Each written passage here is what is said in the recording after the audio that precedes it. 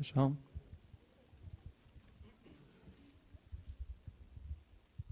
All right, greetings and welcome to the Pickens County Senatorial Debate. It's really been a great day, and we've got a great crowd. Give yourself a hand. Amen. All right, we appreciate you taking time from your busy schedule to come out to this debate. It's being hosted by and brought to you by Pickens County Votes, which is a grassroots public service endeavor made up by 4 guys. So we're trying to do our best to get the message of the candidates out to the voters so that when you go to the polling place on November 6th, you can make an informed decision. All right, we have just a few little matters we need to take care of before we get going. If you have what is known as a mobile device now, if you have one of those creatures, if you'd put it on mute, silent, or off, so it won't interrupt the debate. Then if you are a tobacco user, this is a tobacco-free facility.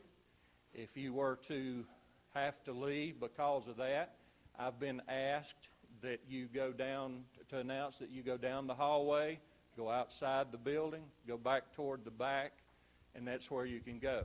Do not exit out of any of these doors because I guess they lock and they won't let you back in. You'll have to walk around to get back in. So keep that in mind. During this debate, it is live streamed. It's going up on the internet, and in about 48 hours, it'll be on YouTube for any of you that'd like to view it again. And you are welcome, if you want to keep your phones on or your mobile devices, you're welcome to chat, text, blog, Facebook, tweet, squeak, or squawk, just as long as you don't bother your neighbor next to you. All right. I think that's pretty much got the announcements for right now. We're going to make some introductions at this time. We have 4 panelists that will be asking questions, and we will ask them if they would come forward at this time. Ms. Gloria Morris with the parenting place. Would you give her a hand? Thank you. Mrs. Debbie Spall with Americans for Prosperity. Mrs. Mary Beth Green with the Conservatives of the Upstate. And Mrs. Cindy Hopkins with the Easley Chamber of Commerce. Thank you. All right. All right, at this time, we're going to ask our candidates to come forward. Candidate who is seeking office, Mr. Rex Rice.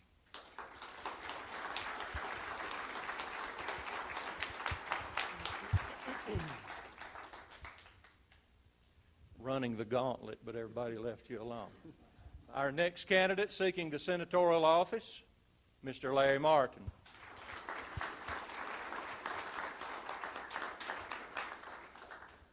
Welcome. Thank you,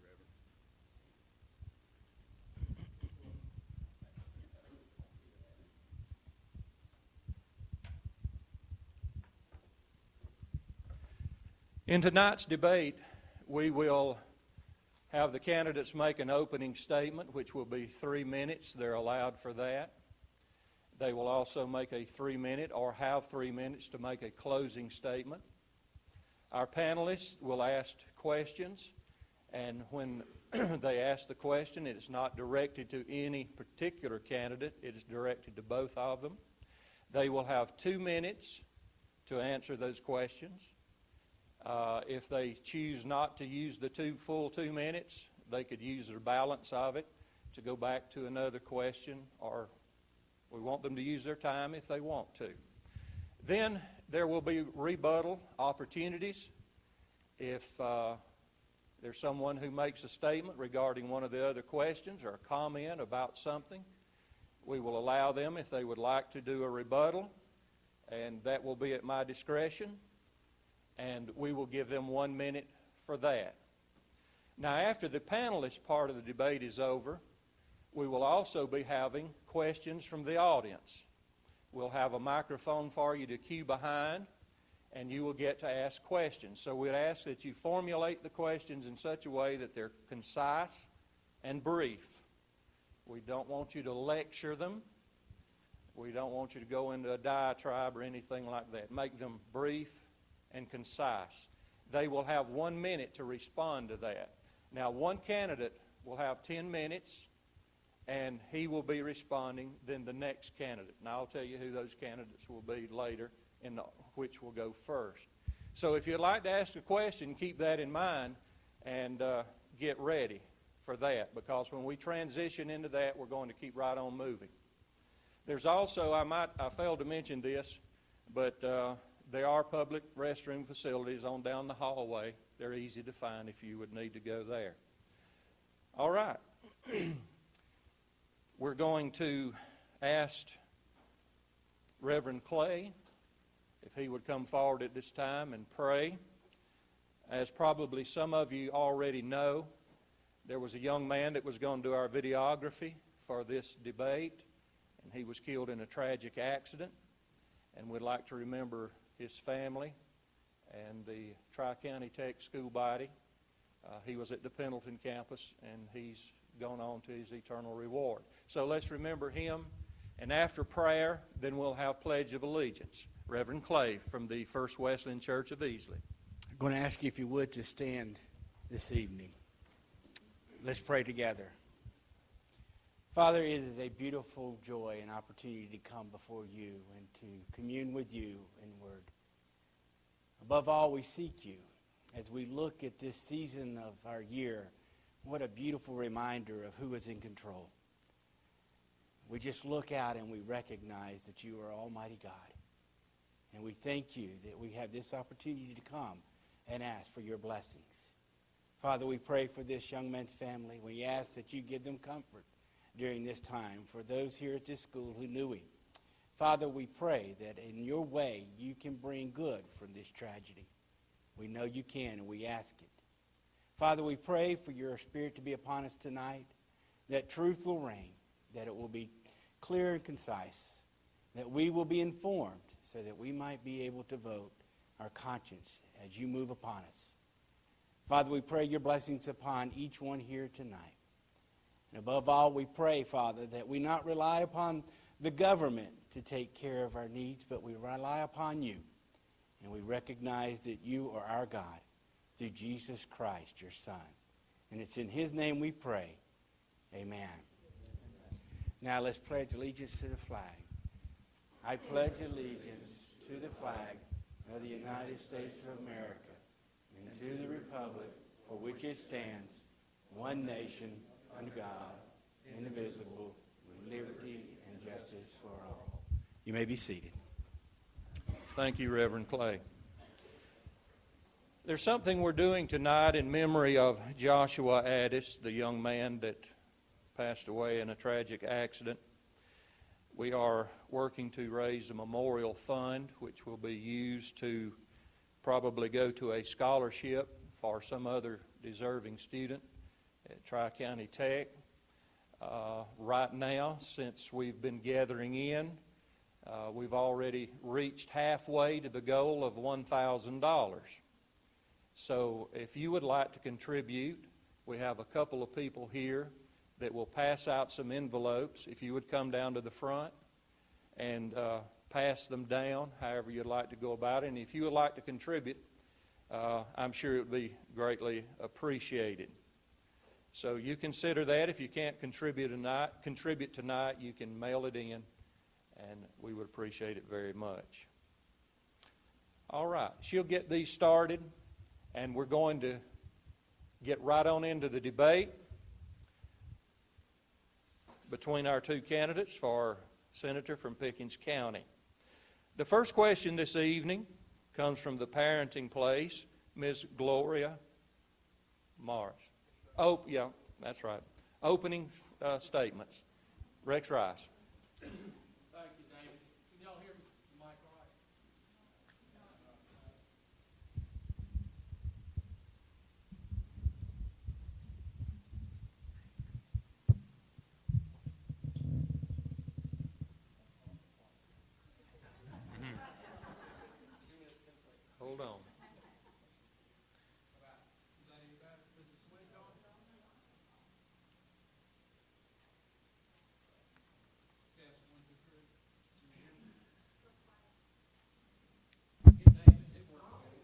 All right. 1, 2, 3. Can you hear it? It's on. Let me try to move it back just a little bit. How about right there? Can you hear me now? Okay. All right. Begin. Go ahead. Thank you. First, let me do this. Let me recognize Richard Cash and Mike Vasovsky. Both these guys, we spent a lot of time together running for Congress 2 years ago and got beat up a lot on the road. But, guys, I appreciate both of y'all coming out tonight. David, thank you for what you've done here. Thank everybody for putting on this. PC votes, I know it's a lot of work, and I really appreciate it. I appreciate the panelists coming out. Let me say this to start with. I always forget to do it, so I'm going to start with this. I need your vote, and I'm out here to ask for it tonight. If you need me, you can call me on my cell phone. It's 864-616-5657, or you can email me, rex@rexrice.com. That's the best way to get me. I am running for Senate. I am a Republican, a conservative Republican, running as a petition candidate. If you've probably heard the word petition candidate before. My wife, Ruth, is back here in the back.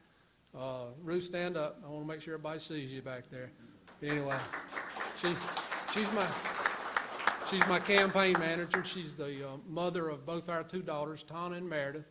Tana is now working in Michigan, but she went through the Pickens County Public School System, graduated from Clemson, went to Tampa, now she's in Michigan working. Meredith went through the public school system, is now at Anderson University as a junior down there. Been in the construction business and the cattle business all my life. I'm a small business guy. I'm not a corporate guy. So I understand what it's like to run a small business, and I understand what it's like when red tape or taxes or anything like that the government pushes down on you affects you in business. I am a petition candidate, and I want to say this. I served 16 years in the state legislature. I was there when we passed the new law. I was not there when we passed the old law, but we failed to take the old law out when we passed the new law. So I'm as guilty as anybody of the problem that we had. It's unfortunate we've got attorneys down there that try to check into that. We just missed it. The intent of the law was not to kick anybody off the ballot. The effect of it is 200 of us being kicked off the ballot. I believe we need tax reform down there. I think right now we tax on your income. We tax on your property that you own. We need to change that. We need to go have comprehensive tax reform. We need to have comprehensive audits of all the state agencies. Let's determine whether these state agencies need to exist. Are they doing the right thing? Are they spending our tax dollars wisely? The last thing and the most important thing I'm going to say in the opening statement is it would be our job as an elected official to protect the Constitution of this state and the United States. The Constitution of this state was rewritten in 1895. My great-grandfather helped rewrite that Constitution. I want to go to Columbia. I want to protect the Constitution of this state and the United States, so help me God.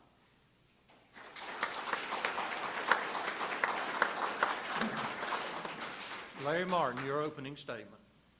Thank you, Reverend Burke, our panelist, our timekeeper. Thank you, Representative Rice, for being here tonight. I, too, want to thank you for taking the time to come and listen to us. My sweet wife of about 30 years is here tonight. Susan, we're glad you could be with us. Anna Lee, our youngest daughter, is here. She's a sophomore at Clemson and drove over this evening. We're excited to see her.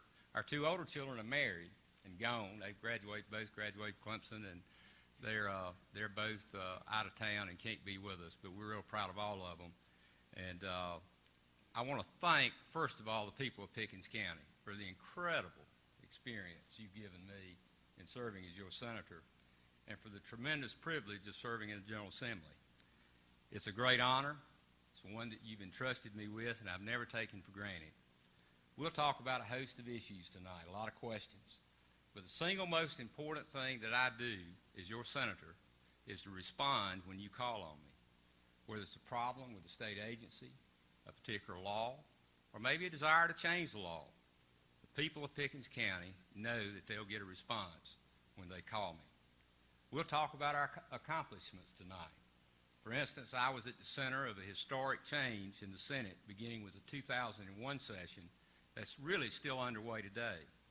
My colleagues entrusted me with the huge responsibility of adopting rules at that time that ushered in the majority party rules, under which the Senate still operates today. Since that time, I've played a role in practically every piece of major legislation that's gone through the Senate. And I'll just cite a few of them for you. I led the successful effort to enhance the investigation and prosecution of securities fraud.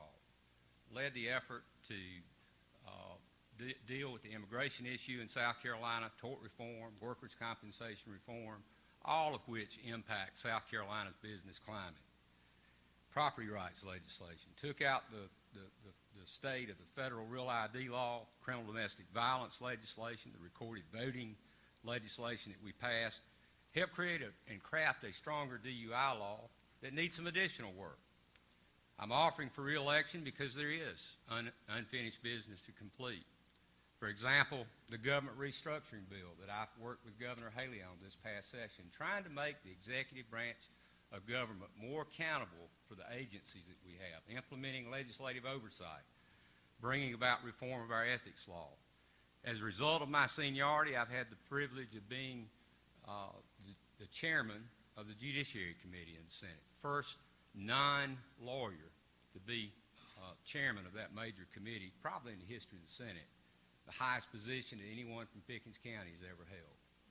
And with that, I look forward to continuing our dialogue with the questions that you have. Thank you, Reverend Burke. Thank you. Can everyone hear all right? Good.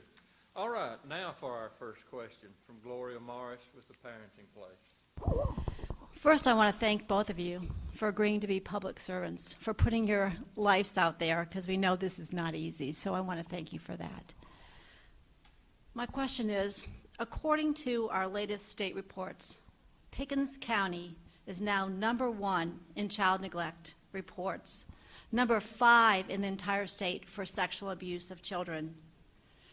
It's cost South Carolina over $1 billion not preventing child abuse. Our cost here in Pickens County is $23 million a year annually. The health care, mental health, incarceration. How can the safety and quality of life for our children be improved in this county? Larry Martin, the question is yours. Thank you very much. Yeah, that's a very good question. And, you know, first of all, it's going to take a cooperative effort. Just in the last few days, I've had the opportunity to go today a press conference for Drug-Free Communities grant that Behavioral Health Services obtained in Pickens. And then this month is Criminal Domestic Violence Awareness Month. And if you think about it, criminal domestic violence is probably one of the greatest contributing factors, if you will, to the situation in the home and involves child abuse as well. And we don't rank very well on that. Matter of fact, we've moved back up to second. That's something I've been very involved in and continue to work on. Back when we opened up Mary's House, we learned of a law dealing with criminal trespass. And Rex, you helped with that over in the House, and we got that through the Senate and got it signed into law. Other things, you know, having prosecutors that deal with these magistrate court offenses, that's one of the things that we've worked on, and I think we've made progress with. But I'll tell you, as much as anything, it's going to take a community effort. We can pass all the laws we want to, but it's like I've said at every one of these vigils that I've been to around the county involving criminal domestic violence and the terrible statistics that we face in that regard, it's going to take people reporting the situation as it happens. And I do think we're seeing more reports of it, and that's a good thing in the sense that we're getting the help that's needed, getting folks involved, getting the help involved that law enforcement can bring to the situation, as well as the various groups like yours that could be brought to bear. But I can tell you, it's a sad statistic when you stop and think about it, and it reflects poorly on us as a people. But we're making progress. We're making progress because people are speaking out against it. We are reporting it, and I think hopefully doing a better job. Rex, the question's yours. Thank you. Senator Martin covered a lot of the ground, you know, issues and what needs to be done. But the bottom line is many people, a lot of people want the government to be all things to all people. And you're probably going to hear me say that again tonight, over and over again. I don't know how many questions we're going to have along these lines, but it's going to be community involvement. And I think about our family, and we're very fortunate in our family not to have that type of situation. But one thing that goes on in our family is our family stays close. We live close.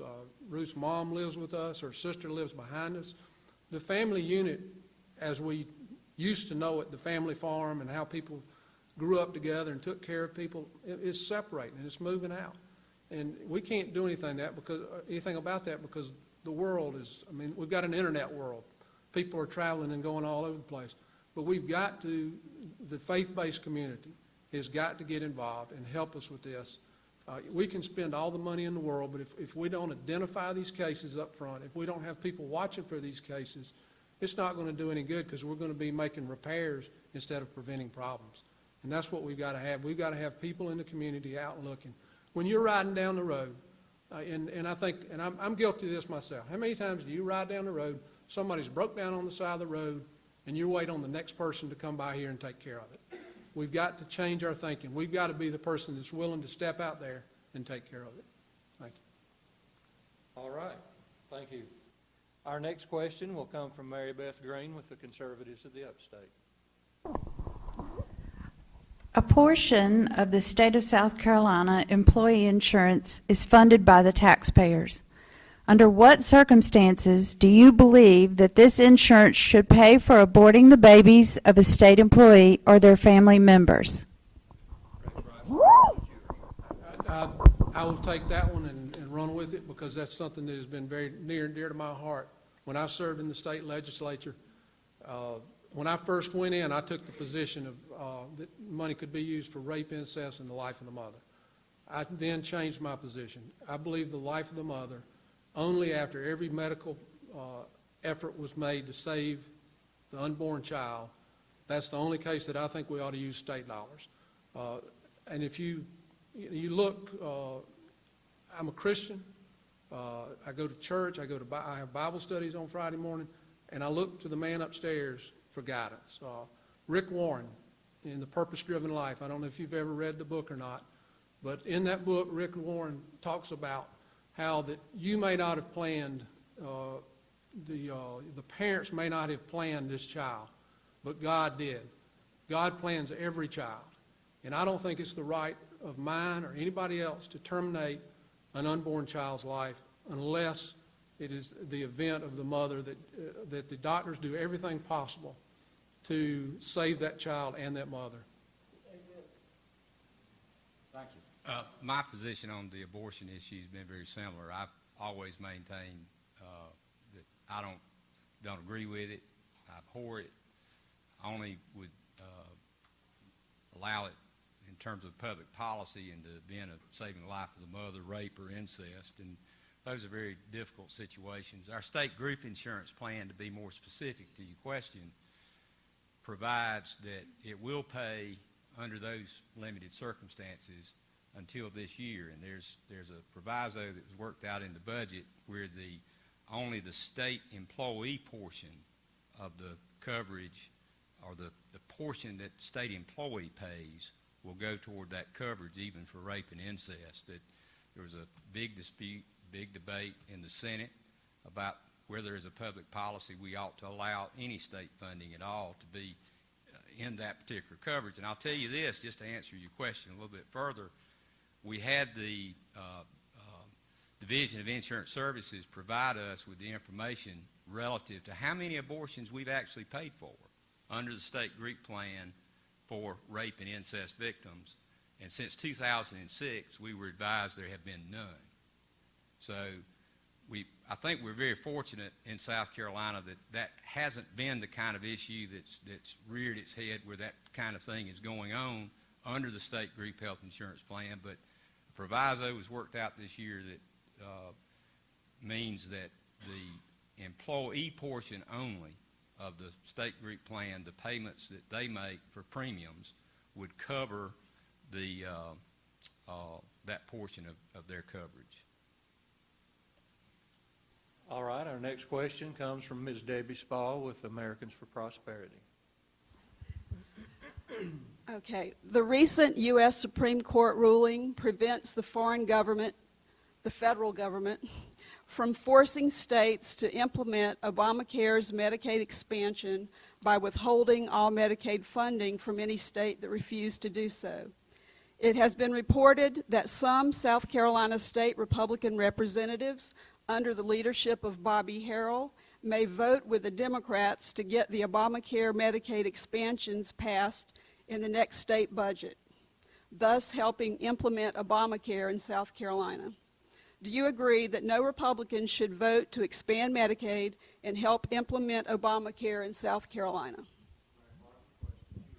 It's a good question, and just today, Ms. Ball, the director of the Health and Human Services Division, Dr. Keck, made a presentation or made reference to a presentation that Susan and I saw on the news before we left to come down here, and he's asking for $200 million just under the current arrangement. And of course, Representative Rice served on the Health Care Subcommittee in the House and knows just how big this issue is in the state budget. A $200 million increase in our Medicaid budget, we're probably not going to have but about $260, $270 million increase in general fund revenue this next year, and that's all there is based on the current financial estimate. So, no, I do not, and I don't think that,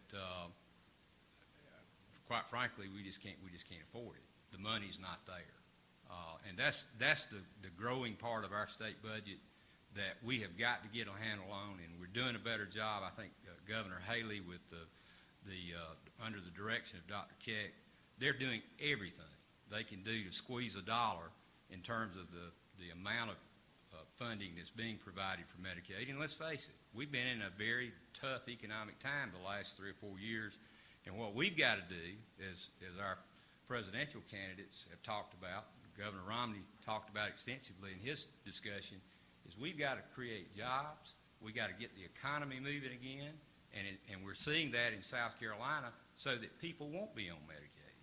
And that's the way we've got to move South Carolina forward. All right, Rex, the question's yours. Thank you.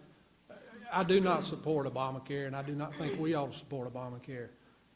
Having served on the Health and Human Services Subcommittee on Ways and Means, the mindset of a lot of the legislators in Columbia is if we spend $1, we'll draw down 4 federal dollars. That's where we keep driving up the federal deficit. We've got to change our way of thinking. In Columbia, Washington is not going to change their way of thinking. They're going to keep spending. I know right now they're talking about a balanced budget somewhere around 2040 is when they can balance the budget. We can't afford that. Our kids cannot afford that. We've got to, like Senator Martin said, we've got to get people working. We've got to get them where they can afford health insurance. But we've also got to work to try to get the cost of health insurance down where people can afford it. I know Ruth and I, ours is very expensive. We're very fortunate to be able to pay for it. But a family that's on limited income can't buy health insurance, and we've got to help them find a way to purchase health insurance. But to do it through Obamacare is not the right way to do it. All right. We're going to conduct a brief little poll. How many here are in favor of Obamacare? Raise your hand. 2. How many are opposed? All right. You see the results. Very good. All right. Yeah. Another thing, we have 4 lady panelists. We didn't plan it that way. That's just how it worked out. Do you candidates feel intimidated yet?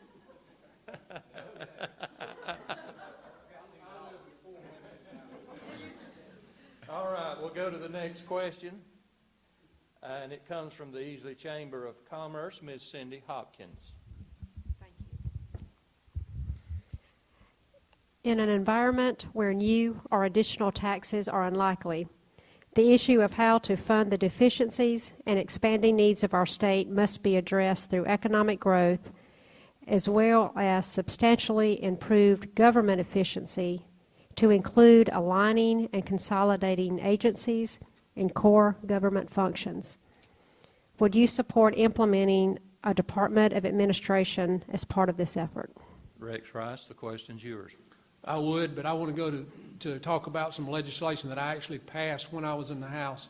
It was called the Sunset Legislation, that took every state agency, and it took 12 years to cycle through all the state agencies, but it took every state agency.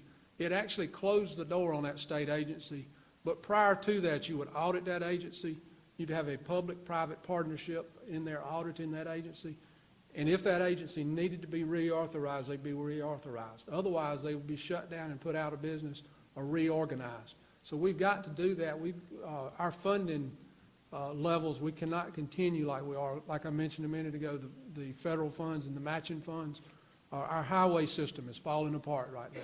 We have got to get more tax dollars in the highway system. The way to do that is not by taking our income tax and putting money into the system. That is one of the proposals. Somebody wants to take our personal income tax and build highways with it for trucks running through this state to drive on. I don't think that's right. I think the trucks driving through this state ought to pay for that. We've got to have a very comprehensive tax study. Property tax is driving business out of this state. Investors will come in, the point-of-sale investors will come in, and I don't know if you're familiar with that or not, but when a person invests in a piece of property and then it sells to somebody else, the property tax goes way up because of that. Investors don't want to come to South Carolina because of that and do developments. All right. Well, I strongly support the Department of Administration and believe that we'll have a good shot at getting it passed. We came awful close toward the end of the session, and it was just very, very unfortunate that it didn't pass. But let me just say about South Carolina's business climate, and that's a good indication of where we are as a state. Just yesterday, the Area Development Magazine, it's a national publication that interviewed site selectors. And the site selectors go around the country, and they are the ones that corporations hire in order to locate or site particularly larger businesses and investment. South Carolina ranked second behind Texas among the site selectors, the people that corporations are hiring to do their work for bringing companies and businesses into South Carolina. We ranked second. We ranked ahead of Georgia, Alabama, North Carolina, Louisiana, and Tennessee, right behind Texas. And that's a positive thing. South Carolina's relative tax burden is one of the lowest in the countries. The Tax Foundation puts out a booklet we get every year. We're ranked, if you look at the 2012 edition, we're ranked 50th, dead last in the state tax collections per capita. We're ranked 49th and almost dead last in terms of state and local tax burden per capita. So the issue of tax reform, and I don't disagree with my colleague in terms of the tax structure maybe needing some tweaks here and there, and we dealt with the point of sale. I think maybe since you left the legislature, Rex, we dealt with the point of sale legislation, I think, last session, and made it much, much better than it was prior to that enactment, because that was a terrible, terrible thing, but to bring commercial investment into South Carolina. All right. Our next question comes from Gloria Morris, the Parenting Place. There's a great deal of disparity in our county. We'll have a lot of infrastructure in Easley, Clemson, and then we have Dacusville and Punkintown and all those areas. Limited services, limited businesses. What plans do you have for improving the economic well-being of all families in Pickens County, especially in our rural areas, and bringing more services and business to those areas? Larry Martin, the question's yours. Well, I think we can all say there's not a lot of state money to encourage or create more programs in that regard, and there's not going to be. I think the difficult situation we face with state spending or state revenues, generally speaking, will continue for some time, and the difficulties with Medicaid, even without Obamacare, which I hope doesn't come about in South Carolina, and I don't believe it will, but just the increased cost just for our share of what the demand is significant without Obamacare. That's just a fact. But what can we do? I want to see our rural areas preserved. And we've got a lot of great things going on in Pickens County. I'm so proud of this development here in Easley, this facility. And I meant to say, Dr. Swords, I didn't express my appreciation to you for hosting us tonight, but I mean, this place here is what it's about in terms of getting our young people ready and getting those people who need job skills training, being remediated or brought up. This is the place where it will be done, in places like this all around South Carolina. As a matter of fact, our ability to get is called Jobs Ready, or Ready South Carolina. That's important to bringing these businesses like Bridgestone, like Boeing, like the other businesses that we've been successful in bringing to South Carolina. This is what it takes in order to provide those opportunities, because businesses will come if you can provide a ready and stable workforce. And that's one of our big strengths right now, is having the ability to train and to bring forth a workforce. But I'll tell you, we've got a lot to be proud of in Pickens County, and this is just but one thing. Our public schools, the beauty of this area lures people, it attracts people, and we'll talk more about that. All right, Rex Rice, the question's yours. Thank you. Pickens County, I mentioned that both my daughters went through the school system in Pickens County, and one of them actually graduated at Clemson, which is still in Pickens County, believe it or not. Sometimes Oconee County wants to claim it, but it's Pickens County.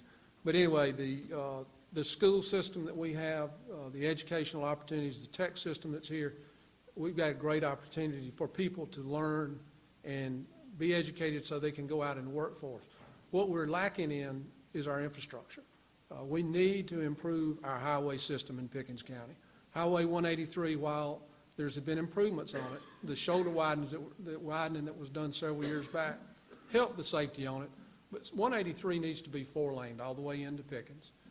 We've got the new Easley High School. We now have it out on Highway 8, and I don't know how you get there other than a little back road. We've got to go find the money to do that. We've got to get more money in our highway system so that Pickens County can get that money and build these roads that are safer for our people to drive on. The infrastructure bank, a large portion of infrastructure bank money has gone to the coastal counties. I think more than 50% has gone either to the Charleston or Myrtle Beach area. We've got to figure out a way to get that money back up here. It requires a match, so we've got to find that match. But we need to go down and fight with DOT to get that money in for our highway systems, to improve the highway system and the transportation needs that we've got in Pickens County. All right, our next question comes from Mary Beth Green with the Conservatives of the Upstate.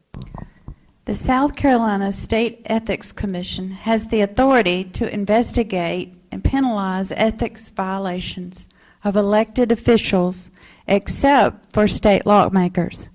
In fact, South Carolina is one of only 7 states where lawmakers police themselves.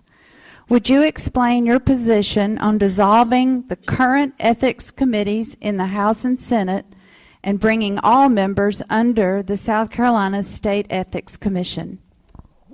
Rex Rice, the question's yours. That is a very simple answer. One of the first pieces of legislation that I would be glad to sponsor going in would be dissolving both those, and I don't know that it would take a piece of legislation. Probably does, but that's ridiculous for us to police ourselves, because I know when I was in the House, the chairman of the committee would walk around the floor if somebody failed to turn in their reports and say, you need to get your report in so you're not going to get fined. He's taking care of everybody on the inside. He's not taking care of people on the outside. Just for example is the law that I talked about, the petition law that we got taken off the ballot. That had a special exemption for legislators in there. An sitting member did not have to turn in that paper report, whereas a challenger did. That's the way that the Ethics Commission is being run down there right now. These committees are being run. If somebody's inside and somebody in a powerful position may have a questionable issue, as you've read in the paper recently, the chairman and the members of that Ethics Committee are scared to hold a hearing and have that individual come in because of their power. They'll strip your committee assignment away. A high-ranking member of the House will take a committee assignment away from you if you challenge him, and I'm witness to that. I've had that happen to me. So I believe we need to get the Senate Ethics Committee and the House Ethics Committee under the State Ethics Commission. All right, the question is yours. Thank you, Reverend Burke. The governor appointed a bipartisan group, 2 former attorneys general last week, to work on this issue, and quite frankly, that's going to be one of their points of discussion. There's always been a separation of powers question. It's not done this way by design. There's a separation of powers question under the state constitution regarding whether or not, on an administrative basis, an executive group can actually administer that in lieu of the legislature. It may take a constitutional amendment, and if it does, I intend to support it.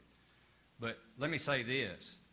Every member of the House and Senate right now, I don't want anybody to be misled about what the nature of the law is. If I've broken an ethics law, or a member of the Senate or House has broken an ethics law that carries a criminal violation, you can be indicted by either a local prosecutor or by the Attorney General. There's nothing stopping in the case that was talked about that this, threats being made or maybe intimidation of members of the House, and House operates a little bit differently than the Senate. We don't get stripped of our committee assignments. It's done differently over there. But the issue with that particular case is there's nothing that stops the Attorney General or the local solicitor from investigating that matter, and if criminal law has been broken, he can indict somebody. I mean, that's the law. So, and getting back to the issue of the exempt versus non-exempt, that's been in the law in terms of the paperwork associated with the filing. There was it wasn't done, and it was that way regardless if you were an executive branch, elected official, or you were a legislative branch. What it did at the time, before computers, it kept from filing 2 duplicates of the same form within a matter of days of each other. All right, our next question comes from Ms. Debbie Spall with Americans for Prosperity. South Carolina is only one of 2 states in which its legislative leaders control the makeup of a panel that nominates judicial candidates. By law, 6 members of South Carolina's 10-member Judicial Merit Selection Commission are state lawmakers, and 3 legislators appoint the 10-member commission. Do you agree that there should be separation of powers in state government, and that legislators should not have the authority to appoint judges who will hear cases based on laws passed by the legislators?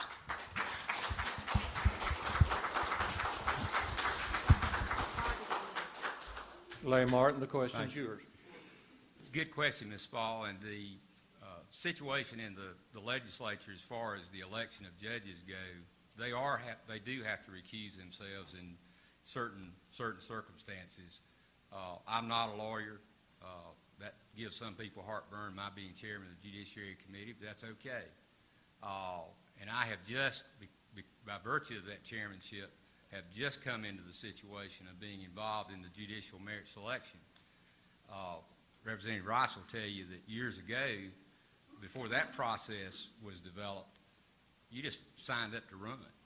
And the legislature elected judges based on friendships. A lot of times they were right out of the legislature, colleagues that sat with us either in the House or the Senate, and that's all changed. The merit selection process is designed, and it is weighted. 6 of the 10 are legislators, but on the Senate appointments, as they are right now, no member of the 6 Senate appointments are lawyers. So I don't have any conflicts. I don't go to court. I've been subpoenaed once, and it was in this voter ID thing in federal court, and that wasn't a pleasant experience, but we got through it. And but that process, when is the qualified nominated versus qualified not nominated, I haven't really participated in it enough yet to tell you if I think that's a real good idea at that level, because I'm going to have to sit through a lot of screening of judges and hearing a lot of the questions that are asked in the committee, and it's open to the public. Anybody can go and watch that process play out. But I'll tell you this, there's no perfect system. You know, we've heard people talk about, and we'll have an opportunity hopefully to discuss that further. All right, Rex Rice. Thank you. That's a great question, and the answer is yes, we need change. The process, the nominating process, plus the voting process. The House members, once they go through the nomination process, they're candidates, and if you've ever been there, when the judges are trying to seek your vote as a legislator, they're standing down there, it's like a line of cows standing up, going down the hallway there, with them out there trying to get your vote. And there's, quite honestly, I think there's a lot of swapping that goes around, vote swapping between members. If you'll vote for this judge and I'll vote for this judge, and as soon as this is over with, then there's another set of judges coming in, because it's a revolving, once that judge moves to another seat, there's another seat open, so it's just a continuous process. I do not believe that the legislators should be voting on the judges as a whole. I think they ought to be appointed by the governor, and then the Senate committee, if the Senate committee wants to approve them, that's fine. But I just, that's the,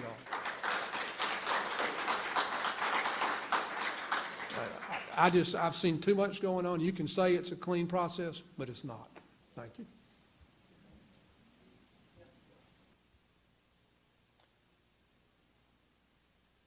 All right. Our next question will come from the Easley Chamber of Commerce. Ms. Cindy Hopkins. Thank you. In an effort to provide additional economic development initiatives that encourage competitiveness to attract new investment and to compete in a global economy, would you support full funding of the South Carolina Department of Commerce?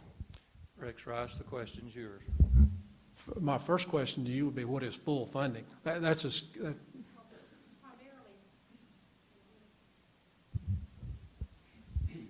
Primarily as it relates to funding in terms of staffing for full recruitment. as a staff, from a staffing standpoint, Staffing. I would support it funding them at the proper level. I don't know what the proper level is. And I'm going to go back to recruiting business. I'm going to say the tax codes needs to be changed. I support the fair tax, which is elimination of income tax. I feel like we have lost businesses out of South Carolina that have transferred out and moved to Florida because there is no income tax down there. The fair tax has a consumption tax component to it. So I believe by eliminating income tax, you're going to help bring industry in, especially corporate headquarters. Another thing that I would do is incentives for all businesses, not just big business, not just small business. I've got a plan where I would provide an incentive for any business that was making a capital investment, that they could draw, if they got additional tax dollars coming in, whether it's sales tax dollars, whether it's income tax dollars, whether it's property tax dollars, they could take a portion of those dollars and go back and pay off a portion of their capital investment. While I was serving in the House, there was a bill that came through trying to bring in a big box retail business to South Carolina, to the Greenville area. They were going to allow them to keep their sales tax. This is a one place deal, to keep their sales tax to pay for capital investment in that.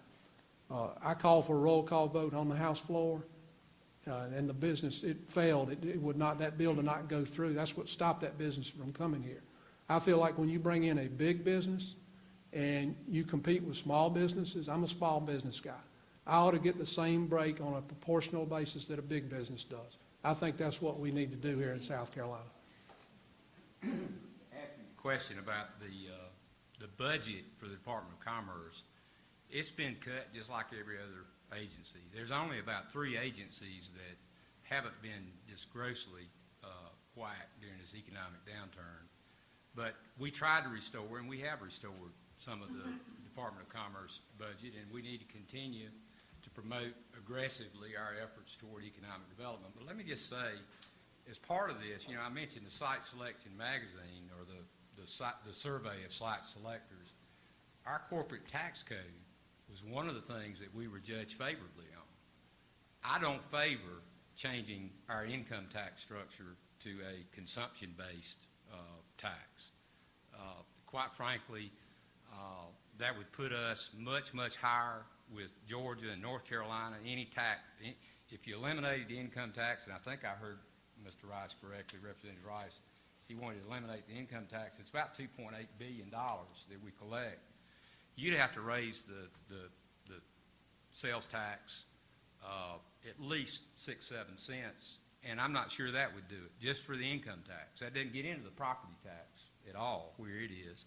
We'd be so uncompetitive with our neighboring states. It would crush retail business in this state.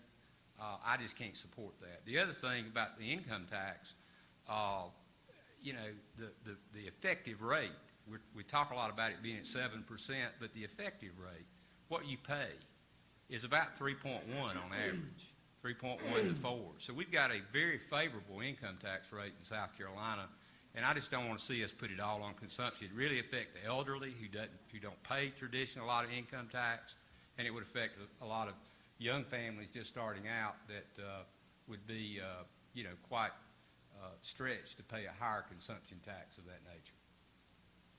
All right. Mr. Rice would like to respond to that. You have 1 minute. Thank you. Senator Martin, you probably would want to study the fair tax and understand it, because there's a prebate component that gives those people of low income, or all people that are citizens of the state of South Carolina, a prebate amount, so they're not taxed on anything up to the poverty level. That the fair tax would be a consumption tax based across the board on goods and services. Our percentage would be somewhere around 6%, about where we are right now.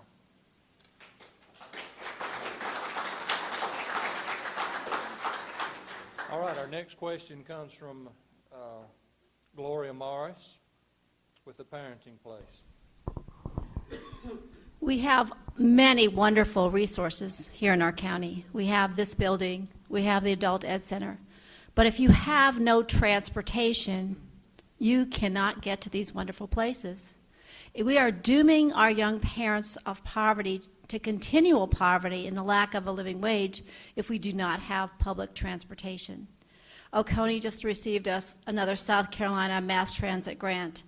We have the CAT bus system. Electric buses are going in Oconee. Do you feel we need public transportation here in Pickens County, and how can we get that? Larry Martin, the question's yours. It's difficult because we're a society that is primarily driven by the automobile. We just, in our area, and I know there's been some attempts, there's been some discussion between Easley and Clemson with the CAT bus system that they have. I think maybe even the Greenville Transit Authority maybe talked to Easley at some point in time about working out some sort of arrangement with downtown Greenville, that type of thing.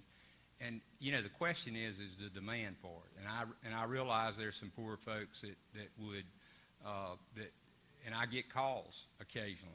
And we've got a lot of buses that are used with transporting senior adults around. The Seniors Unlimited, I think, has a cadre of vans, and a lot of our churches do some of that. But I don't know beyond what we've done, and I know within the gasoline tax, for instance, there's a component, a very small component, for public transportation, but it goes where the demand is. And there's got to be a demand in Pickens or Easley or Liberty in order for that to come. If we're going to have a public transportation system, it's going to have to pay for itself. It's going to have to justify itself. I mentioned our daughter, Tana, went to Clemson. Senator Martin's, how many? All three. He had 3 at Clemson. The interesting thing to me was the fact that the CAT bus system runs for nothing over there. You don't have to pay to ride it. Who's paying for it? Well, it's on the tuition bills for our students for Clemson.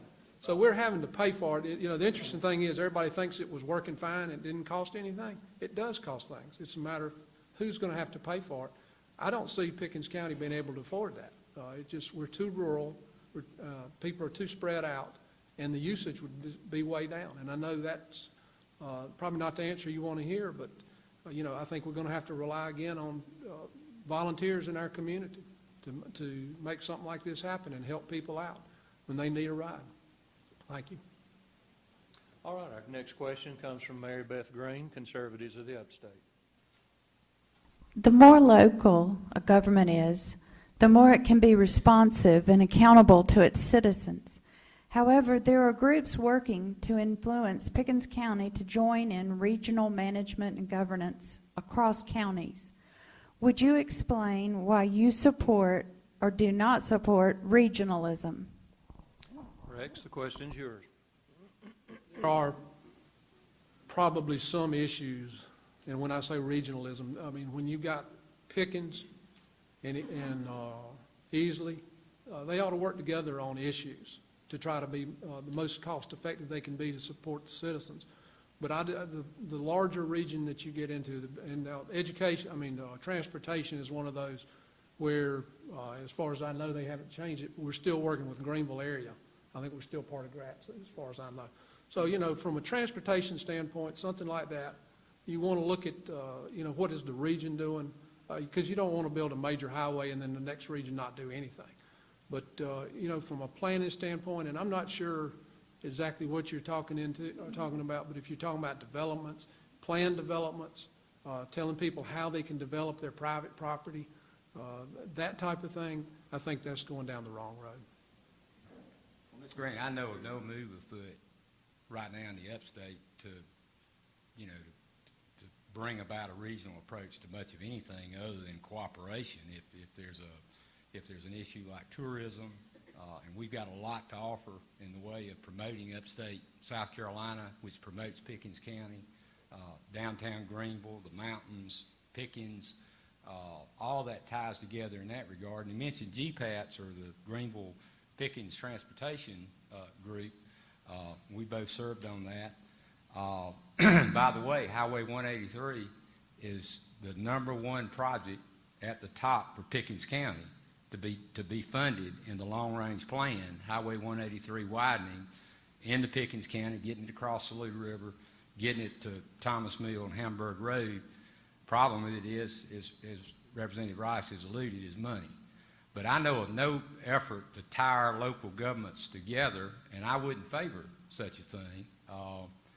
Cooperation, sure. I think we definitely need to cooperate with our neighbors in whatever way we can.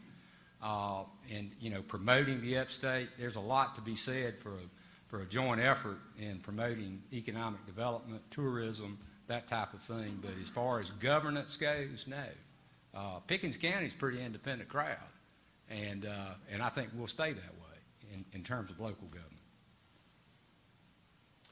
All right.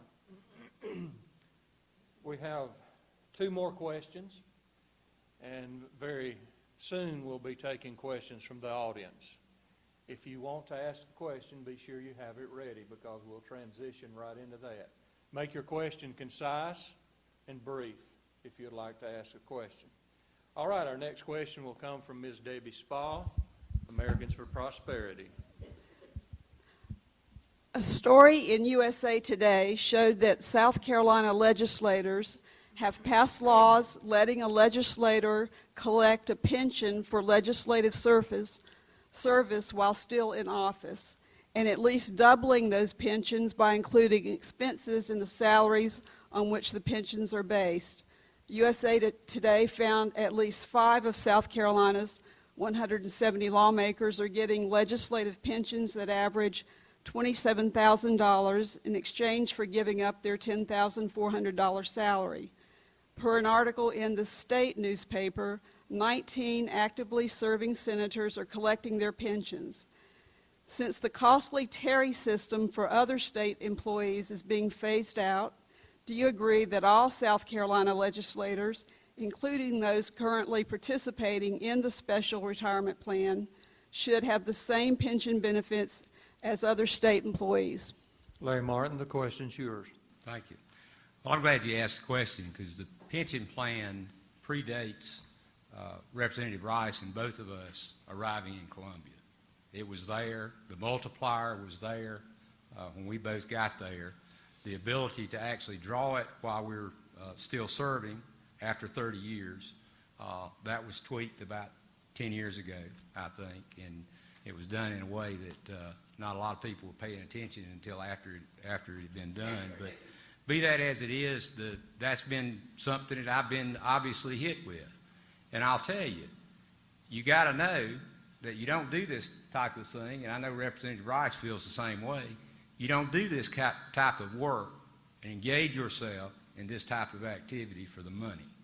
And that's the part about this particular election and that particular issue being raised. It sort of portrays you and puts you in a light of being greedy. And I think Representative Rice and I both would concur that that's not why either one of us did it.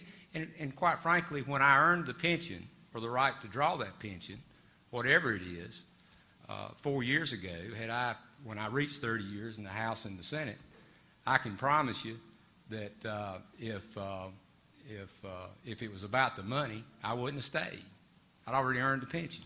I'd probably run for Congress, Mr. Rice, and where the pay is $175,000 a year, whatever it is, and go for the bigger pay if that's what I was indeed about. But that's not what I'm about. I think people, Pickens County, have pretty much observed and seen over the years that's what I do. Now, to answer the specific question, the pension for future folks going out, we can't change it. The law will not allow you to change it. The case law will not allow you to change it for current members. But we did change it for the future, and it is a different system for people coming in. All right, question's yours. Thank you. We do have a pension system, a legislative pension system. They call it the General Retirement, General Assembly Retirement System. This broken. It's a problem because you can, after 30 years, as Senator Martin said, you can draw 3 times the pay for the same work. It's voluntary now. You don't have to do it. One of the problems I've got with it is that you don't even have to report it on your ethics report, on your statement of economic interest. And I'm not sure I understand that, but apparently that's the case. I think it ought to at least be reported there. Some of the senators did report it when they did it. Not all of them. And I couldn't tell you who did and who didn't because I don't know who's drawing. You're drawing 3 times the pay. In addition to that, the pay that you're getting back, after about 3 years, you get all the money that you have put back in the system. In other words, however much you've contributed to the system, after 3 years, you're getting your money back out of the system, and then the taxpayers are picking up the bill for that from now on until the end of your time. Those are the issues that need to be addressed. Senator Martin may be right. Maybe we can't change it. But I can tell you this, if I go down there, I'm going to make every effort that I can to change it.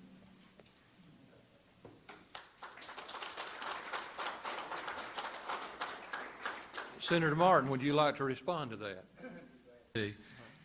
Everything that was in place while Representative Rice was serving in the State House. Everything. And insofar as it relates to both of us, it's the same retirement system, the same amount of money based on your years of service. Pure and simple.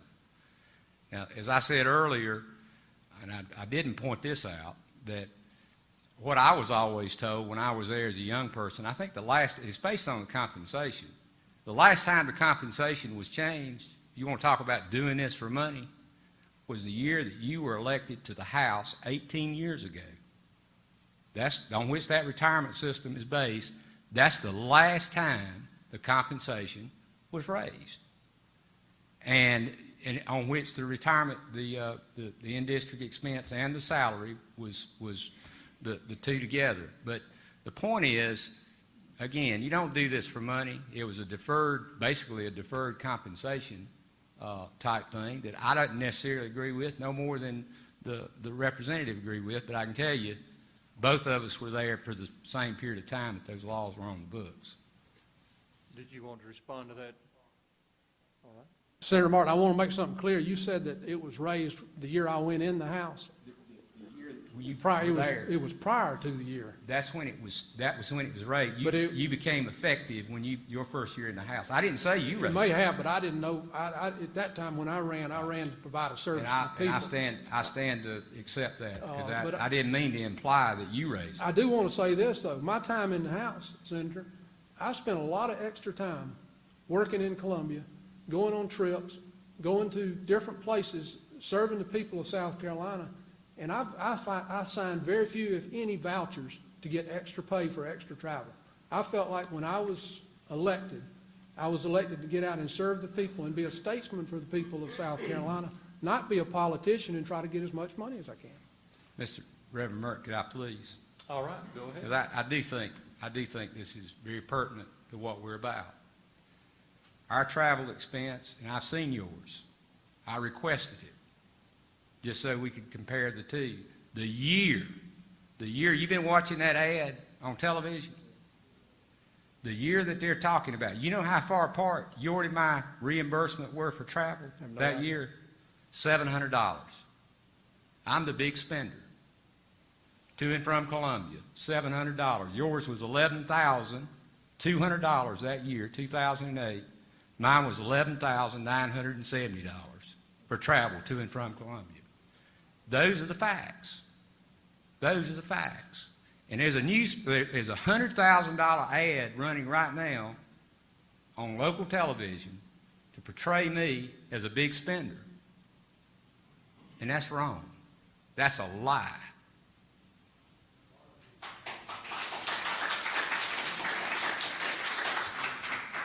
All right, our next question and the last question comes from Ms. Cindy Hopkins with the Easley Chamber of Commerce. The creation and sustainability of energy resources are critical to our state's economic vitality. Will you support the development of offshore energy resources, including wind, natural gas, and oil? Rex Rice, the question's yours. I support anything that would help us to produce more energy to support us here in South Carolina. I do support offshore exploration of the wind and the oil. I don't have a problem with that. I do say this, though, it's got to pay for itself. We don't need to provide federal grants. We don't need to provide state grants. We need to let the companies themselves, we need to let the market system work on its own. Whoever wants to go out there and do that needs to do it without receiving extra compensation for the state. It's got to pay for itself. Several resolutions in the Senate. I know at least one, and we've had others that we've looked at, to encourage responsible offshore drilling of natural gas. This country is blessed with an abundant supply of natural gas. And where we can find it, we need to go after it to make that supply even better and more secure for the future. Wind energy is tremendous. In whatever way we can do without damaging our tourism industry along the coast, you can put those sea turbines far enough off the coast that you won't see them and it won't be visible inland. I'm all for doing that. We're fortunate that we've got, I think, the capability of doing that or allowing that to be done and to be done in an ecologically friendly manner. And I believe that we ought to encourage it whatever way we can. Part of that, particularly when you get so far out, is federal, of course, but to the extent that we have anything to say about it, I certainly support it. All right, that concludes the questions from the panel. We're going to have the closing statements. Again, if you would like to ask a question, get ready to do so. The closing statement, the first one goes to Larry Martin. He has 3 minutes. Well, thank you very much. It's been a good evening, and I appreciate Representative Rice being here tonight. Reverend Merck, our timekeeper, she did a real good job. Our panelists, thank you for your questions. We've had a good discussions. You've heard for yourselves what we think on the issues. I had hoped maybe to have a little bit better discussion, and maybe we can tomorrow night. I know we're going to be together tomorrow night on the fair tax idea, because I do think that there's some issues about what you'd be taxing that folks don't quite understand, and we need to talk about that a little bit more. I said at the onset that I'm honored to represent you, whether here in Pickens County, in Columbia, holding a public hearing in some other part of the state, or representing the state Senate in a meeting with other elected officials. I take great pride on being your senator from Pickens County. You know, I've been observing politics for over 40 years. See how old he is. But it should be clear to most people, to torture a phrase of the late Winston Churchill, that there has never been a political effort made to influence so many by so few. I know what these folks know or don't know and will learn on the evening of November the 6th. The people of Pickens County pride themselves on their independence and on their ability to form their own opinion. They aren't taken in by slick mail pieces, by hokey television ads, or report cards from outside groups that attempt to convince them that they don't really know who their senator is or what he's been doing. Their sense of fair play has been called into question, and their good judgment. And I have every confidence that the people of Pickens County will respond on November 6th.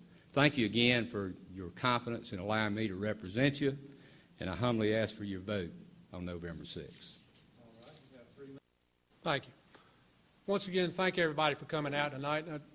PC Votes, thanks for putting this on in the Tech campus. I really appreciate what's going on here, and I appreciate everybody spending their time to come out. I appreciate the live stream that's going on and allowing people to watch it. It'll be out there down the road for people to look at. Once again, I'm Rex Rice. I'm running as a petition candidate. I'm a conservative Republican, and I've got a good voting record in Columbia to show that. Club for Growth is a very conservative group. I've got a good voting record with them. I challenge you to check that out. I've got ideas on what needs to happen down there. I honestly believe we need tax reform in Columbia. I honestly believe we need to audit the state agencies across the board to make sure they're spending our money wisely. I know we need to protect the Constitution. I'm asking you for a chance to go to Columbia and be your senator down there. I've had the opportunity to serve here for 16 years in the state legislature. I've had the opportunity to get outside, look at it from the outside in, and realize Columbia's kind of lost touch. When I was down there, we talked about people getting beat because they caught the congaree fever. Congaree fever, spending too much time on the inside. When I served in the legislature, I drove back and forth just about every day. I didn't like staying down there. I had my cell phone published in the legislative manual so people could get a hold of me. I'd get a call on Friday afternoon. I might hand the phone to Ruth. We might be riding down the road. I might say, how about calling somebody or writing a number down for me? But we would take care of issues as soon as they came in. That's important. Constituent services. I don't think you'll find anybody that did any better job of constituent services than I did. And I want to go to the Senate and do the same constituent service work and the same work on legislation, good conservative work on legislation, and represent you in Columbia. Thank you.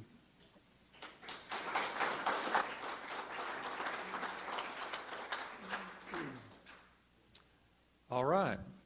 Do we have anyone that'd like to ask questions? Form a line. Start forming a line right here. Just let that be a lesson to you, right? I'm looking right at you guys. You're so sweet. Never can. I don't think it's working. Hey, check the mic. Check the mic. Not working. All right. Is it working? It's not working. Oh, there it is. Is that it? Yeah, okay. I guess it's working. I don't know. What do I know? I don't know. You have to talk right in. All right. Rex Rice will be taking the questions first. Oh, no. This is for... Well, if you want so to I hold skip it later, aside. that's up to you. Somebody go before me. Rex Rice will be taking questions first. He'll have 1 minute to answer the questions. Are you ready? I'm ready. All right, first question.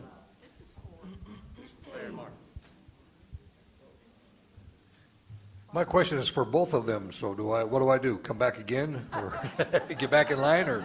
The way the format is, he'll have 10 minutes of questions, then 10 minutes later for, So answer Larry be yes. Yeah, you get back in line again. Okay, I have to get back That's in what you're line. going- Okay, that's Simple all I answer. want to know, is how do I get my question answered by both gentlemen. All right. Mr. Rice, if you're elected, will you pledge to support legislation or whatever it takes that all public officials, elected officials, have to declare their source of income? Not necessarily the amount, but where all of their income comes from. I have absolutely no problem with that, and I'm going to say this. There's members of the General Assembly that I'm aware of that set up little side businesses while they were in the General Assembly. They did that because of their connections, and, they were able to profit from their job, from their relationship with the General Assembly. And I think that's wrong unless you're willing to disclose that so people know what's going on. Because there's a lot of members that make a lot of good money down there because of their little perks and their contacts down there. All right, next question. Okay. All right, Mr. Martin. Senator Pardon. Martin. It's for Rex Rice. What's this? The question is for Rex Rice. Oh, Rex Rice. Well, I asked him the same thing. Sure. Well, what happened to the money from the lottery? Where's it going? I, It's supposed to have been a godsend to us. what was the last thing you It's said? supposed to have been a godsend to us because of the lottery. Well, It's going to be rosy-dosy. When the lottery was passed, the people that were doing the advertising, at that time Jim Hodges was the governor. I think wasn't he governor, or was he running? He was governor. The people behind the lottery got out and promised all kind of things in the ads in order to get it passed. There was never any legislation in place other than the constitutional amendment that had to go on the ballot to allow the vote of the lottery. So it wasn't tied to anything being used. A lot of that money is being used for education. I think it's somewhere around $275 million. I don't know if that's annually. I don't know what it may have changed a little bit, but a lot of that money is being used for education. Some of it is used for economic development, but it's being spread around. Some of it goes to the tech system. Some of it goes to higher ed. Some of it goes through K through 12. Some of it goes to buy school buses. Some of it went into endowed chairs. I don't know if they're still doing that. So it's split all over the place. The important thing about the legislation when it was passed is we couldn't use other money to offset that. So. Okay. All right. I got something more. Next question. Hi. Yes, Thank you both for coming. Yep. My question has to do with public employee retirement and benefits. As we know, South Carolina is just like a lot of other states and cities across the country where the public employee pension and benefit funds are going insolvent. right. The city of Harrisburg is totally insolvent because of this. This is unsustainable. We can't support all these benefits and pensions that have been promised to the large sector of public employees that exist not only in this state but across the country. And of course, we know that the taxpayers are mandated to make up for the shortfalls. Right. What will you do to try and bring this into line with, say, what's happening in the private sector and prevent the taxpayers from being loaded down with this burden? What we've done is, obviously, we've reduced the retirement age for state employees, and they're living longer, so that's causing the system to suffer because there's not enough people paying into the system to pay for those that are living longer. What we've got to do is we've got to change the system. We've got a commitment to those employees that are in place, that are retired now or near retirement. But the ones coming along after that, they need to contribute to a different type of retirement fund, and they all ought to only get back what they've put in plus the investments that they have earned. That's got to change. Representative Rice, what specific legislation would you support to reduce or eliminate abortion in our state? And would you address the personhood legislation in particular? I would be glad to sponsor the personhood legislation. I've already made a commitment to do that. That's very important to me. As I said earlier, God plans every child, and we need to do everything we can to protect every child, whether born or unborn. That to me is very important. I'm going to say again, I got that out of the Rick Warren book, The Purpose-Driven Life, that the parents may not have planned that child, but God did. That's where I'll stand. That's my beliefs. And anything that comes along under those guidelines, I'll support it. Yep. Hi, Rex. Senator Martin. Rex, one of the most painful things I've experienced in the last few years is going door to door, a short question, I promise. Going door to door and experiencing rhino, if you know what that is, voters. I've gotten threatened with lawsuits. I've gotten all types of threats. We had a senator, we had a lawyer by the name of Stephen Brown, and another lawyer at the behest of Mrs. Karen Floyd to try to push through our House and our Senate a vote on closed primaries. I think it got into the Judiciary Committee. My question is to you, Rex. If you were the head of the Judiciary Committee, let's pretend, and you had a vote come through on closed primaries, would you send it back to committee and shelve it? Or would you push it hard into the state Senate? And let's get it in South Carolina. As you know, Rex, most states have closed primaries. I think registration by party is very important to me, and I would support registration by party and push for it. There's several issues. That is one of them. Obviously, there's people crossing across party lines to vote Yes. to keep Republicans, or they may be going both ways. But I think, you ought to have closed primaries and registration by party. I So support you that. would take it by the horn and you'd try to get it through our state, correct? That's correct. Thank you, sir. Another question? Rex. All right, Henry, make it easy. All right, I'll make it quick. Today I saw in the paper or I saw online where state employees, particularly teachers, weren't allowed to do urinalysis or drug testing due to existing case law. Would you support a policy across the state for drug testing teachers and state employees? I would hope that it's not necessary with teachers. But I will say this, as a business person, a small business person, I had to drug test my guys. And it became necessary for two reasons. One, I had CDL drivers. It's mandatory. I have no choice on that. But the other part is, my other employees, if I didn't drug test my other employees, what I ended up with was the employees coming from somewhere else that failed drug tests, and they were working on my payroll. I don't want somebody teaching my kids or operating a piece of equipment or anything that can't pass a drug test, because they put my life in danger, or they don't do the job. Like I say, I wouldn't expect the teachers to be a problem, but you don't ever know. So I would support, drug testing across the board.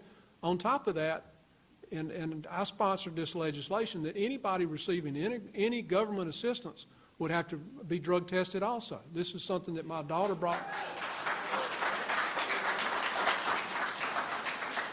This is something my daughter brought to my attention when she was at Clemson. She said, "Dad, why don't you do that?" I said, great idea, and I put legislation in for it. How much time? We do have a minute and a half left. Somebody else got a question for Rex?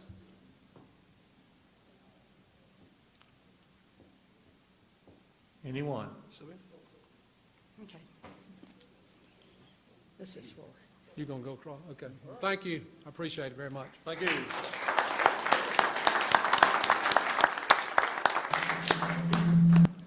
Hi, Senator Martin. Sylvia Bass. I just am a little confused. I'm a little confused. I just heard the conversation a while ago in regard to the outrageous high pension. And you sent an email out to people around the county some time ago, as you mentioned a while ago, that you had nothing to do with the change in this law of your all's pension. And you said it was changed to this new avenue around 10 years ago. I said This 70 age and the age 70 and 30 years. anybody over 30 years. Right. Changed around 10 years ago. Is that correct? That's my recollection. I thought that a while ago because I Right. had this question ready to ask. Right. And what happened is, that rang a bell with me. Listen to my question now, okay? On October 8th in 2012, you sent that email that I just previously mentioned about that you didn't have anything to do with that vote, and that was erroneous mailing. Okay? Could you explain to me, sir, and I'm just trying to get clarified, why on May 16th, you and Senator Lake Litherman, and I can't pronounce this other senator guy's, sponsored Bill S-852 as to allow a member of the General Assembly who has attained the age of 70 or who was 30 years of service to receive a retirement benefit while continuing to serve in the General Assembly. Be happy to answer. I need to clarify that. Sure, Because I sure. thought that, I got the answer a minute ago. Yeah, and let me explain. That Yes. that particular bill, if you go to the website, the way the bill was introduced, not Mm-hmm. the way the bill was finally amended, that's the bill. It's an economic development bill if you read it. I read the whole thing Yeah, today. and it starts out, it's a big economic development bill. It was, I think it was 2002, about 10 years ago. Yes, it was. If you look at May of if you 2000. look at the bill as it was introduced, that provision is not in it.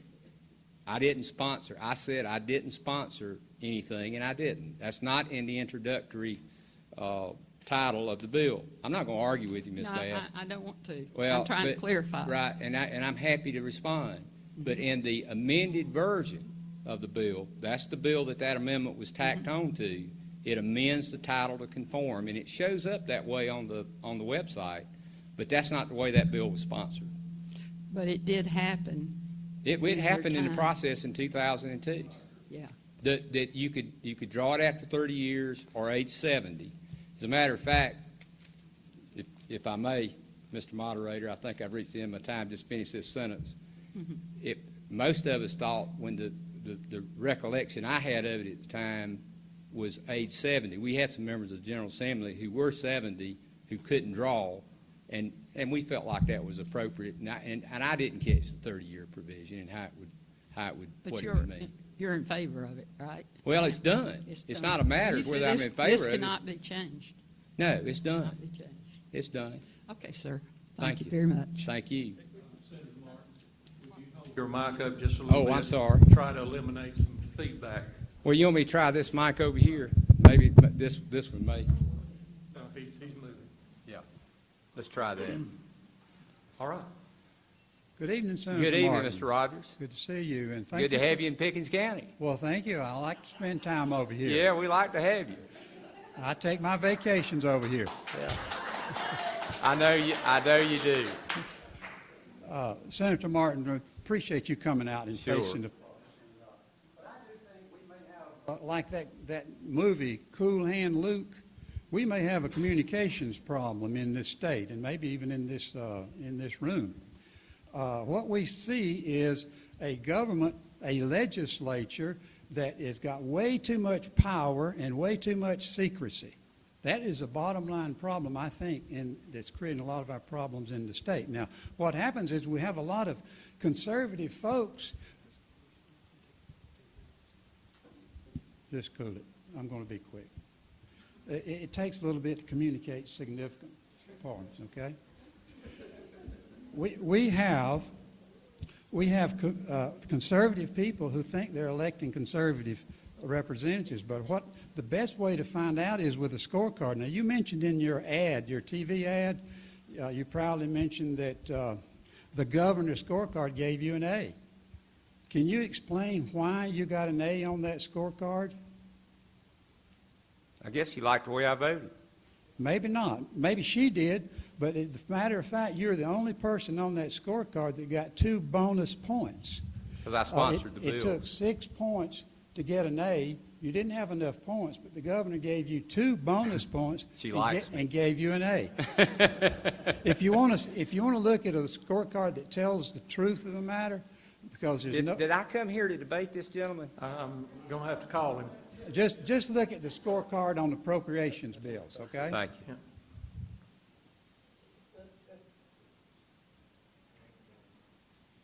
Senator Martin, if you're reelected, Yes, sir. would you pledge to pass legislation or whatever it takes in Columbia today to put forth an amendment or whatever that all elected officials have to declare their sources of income, not Absolutely. necessarily how much, but what all of their sources of income is? Would you That- pledge to do that? Absolutely. Thank you. Absolutely. I have no problem with that. As a matter of fact, that will be, I can assure you, if I'm fortunate enough to be reelected, part of the major effort we make on the ethics law this year. Absolutely. Senator Martin, Yes, sir. you say it's not about the money, right? That's what That's you said correct. a while ago. So I'm born and bred a textile man, which are you? Yes, sir.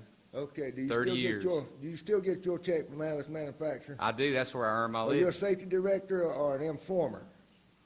What? An informer, a lobbyist. No, there's nothing that I lobby for on behalf of the company. But yeah, you tell Alice Manufacturing what's going on in textiles, right? I still don't understand your question. You tell Alice Manufacturing what's going on in textiles. Well, I see you let me just down say, there. I'm not You going to... take a big salary for that. Reverend Merck, Go ahead and respond. could I respond to the Well, question he- rather than well, he debate, takes a salary from rather than Alice debate the gentleman?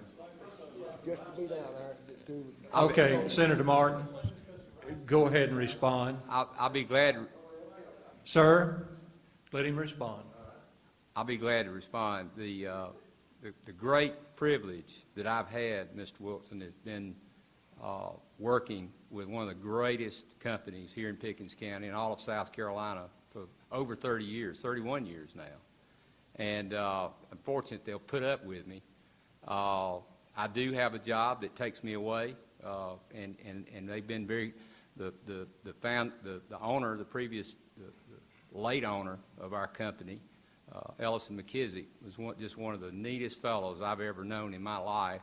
And his son, Smike McKissick, who runs the company today, is equally and he's my age, just an equally outstanding individual, gives a lot to our community and a lot to our state.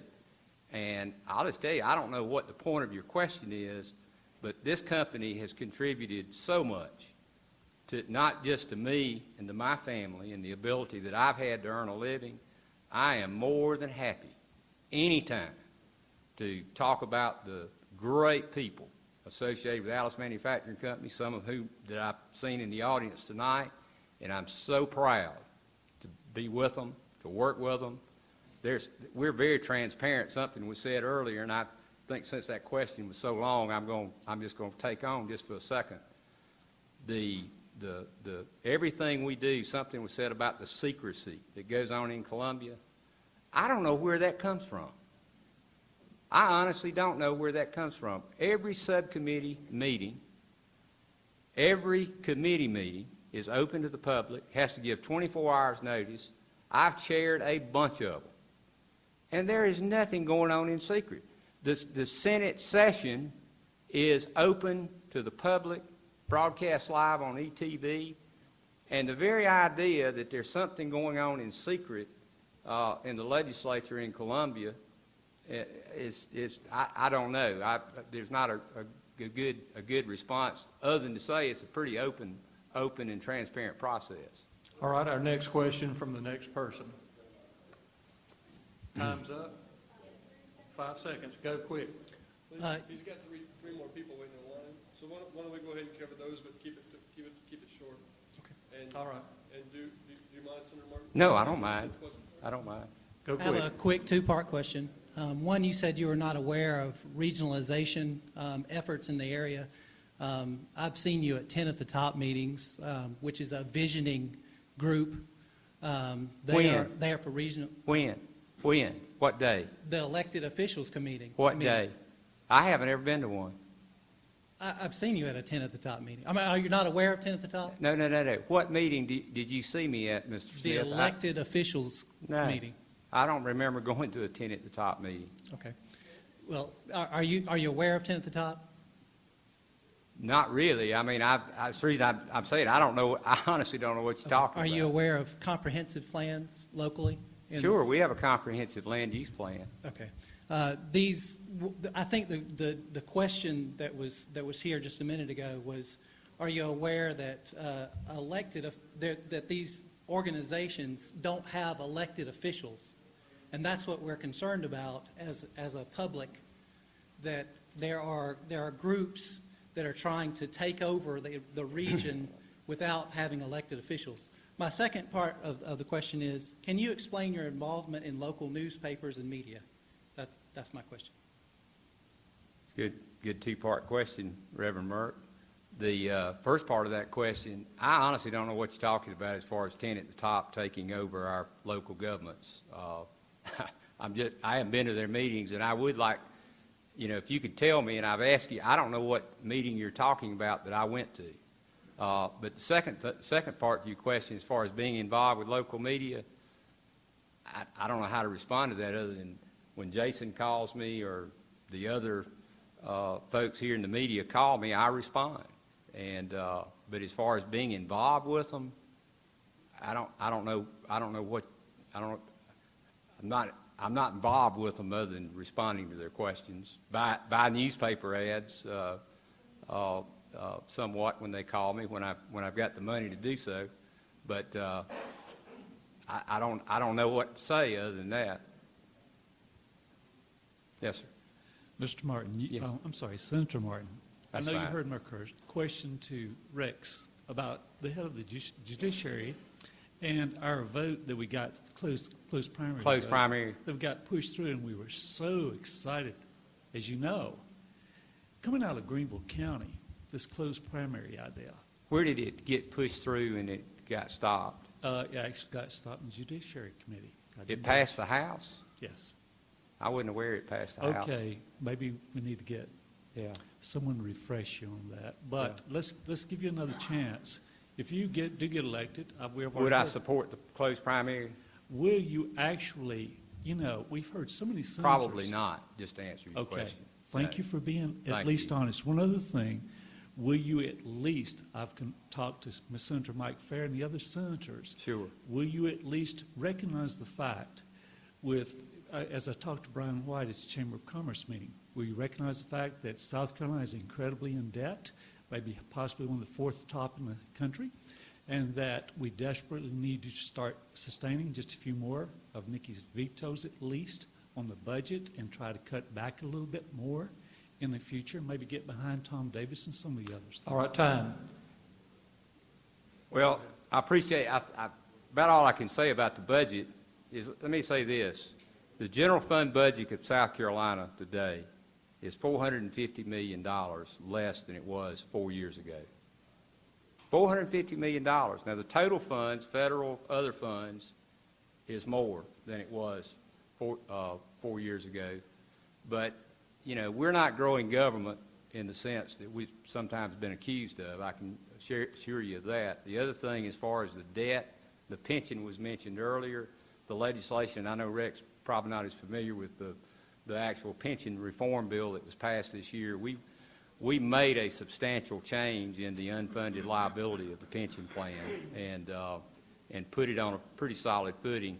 It's under the 30-year unfunded liability, the 30 years that the actuaries tend to suggest is what we need to have in order to not have a long-term debt on our books.